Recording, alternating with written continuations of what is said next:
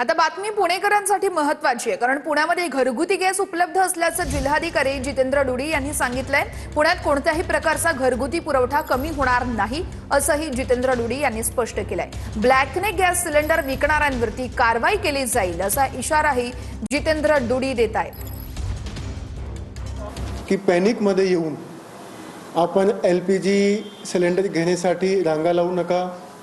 Panic मध्ये additional घेण्यासाठी आपण प्रत्येक ठिकाणी पोहोचतो आहे, त्याच्यामुळे रांगा लागते आणि मग लोकांमध्ये संभ्रम निर्माण होतो आणि एक पॅनिकची सिच्युएशन क्रिएट होते।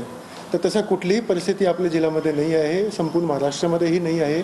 पुण्यामध्ये इनफॅक्ट प्रोडक्शन पण होत असतो आणि म्हणून कुठल्याही प्रकारच्या डोमेस्टिक सप्लायची कमतरता आज पण नाही आहे, पुढे पण येणार नाही आहे। त्यासाठी सर्व काळजी शासनस्तरावर घेतली जात आहे। जिल्हाधिकारी म्हणून मी लोकांना आवाहन करू की पॅनिकची सिच्युएशनमध्ये येऊ नये आणि माध्यमाच्या वतीने सुद्धा लोकांकडे पोहोचला पाहिजे हा मेसेज की डोमेस्टिक सप्लायमध्ये कुठल्याही प्रकारची अडचण येणार नाही।